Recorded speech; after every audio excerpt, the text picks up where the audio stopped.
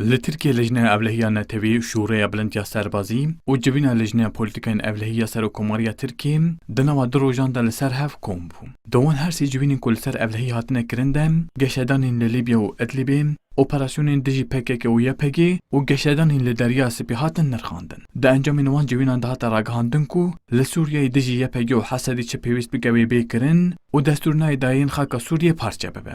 Di mijara Libya û Deriya Spî de jî amaje pê hate kirin ku Tirkiye dev ji polîtikayên xwe bernade û heta Libya dikeve bin destê hikûmeta Libyayê ew ê kar bikin. Li gorî pisporê pêwendiyên navdewletiyê Tirkiye İlhan Üzgel, Tirkiye ev bi salan polîtika xwe ya derve ser şer ava kiriye. û dibe beriya hilbijartinên mijdarî Tirkiye ji Amerîkayê destûr wergir dibe bû operasyoneke ser Rojava. Ji Lûma jî ev qas civîn li ser hev hatine kirin. Dış politika konularında yaptığı şeyi görüyoruz. Tirkiye heman demê de li gelek devera naqnejê şerekî leşkerî bûye û ev 5 salên polîtikaya xwe ya derve ser şer ava kiriye.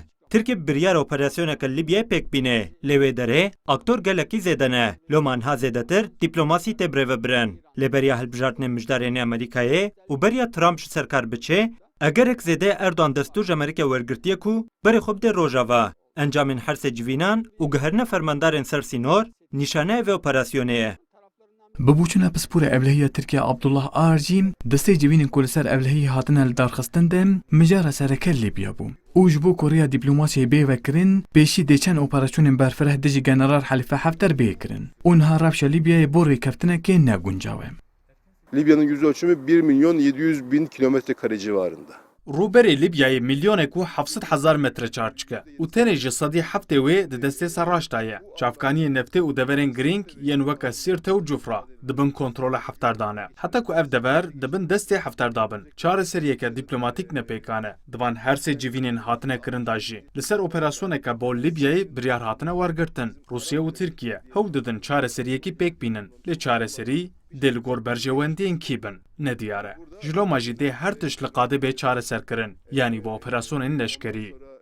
Li gel van geşedanên li Tirkiye, Fransa û Yevnanistanê ji ber kiryarên Tirkiyeyên li Libya û Deriya Navarast, bang li Yekîtiya Ewropayê dikin ku gemaroyên giran li ser Tirkiye bêne karîger kirin û pêşiya wan bêgirtin. Herwiha hêzên hevpeymaniya Netewiya Sûriyê jî daxuyaniyek ragihand û got ji bo Tirkiye û Heseda neyên beramberî hev û Tirkiye êrişê Rojava neke ev di nava amadekariyan de ne. Pispor jî dibêjin ev her du daxuyanî nîşaneya wê yekê ne ku li Rojava û Deriya Spî rageşî nêzin.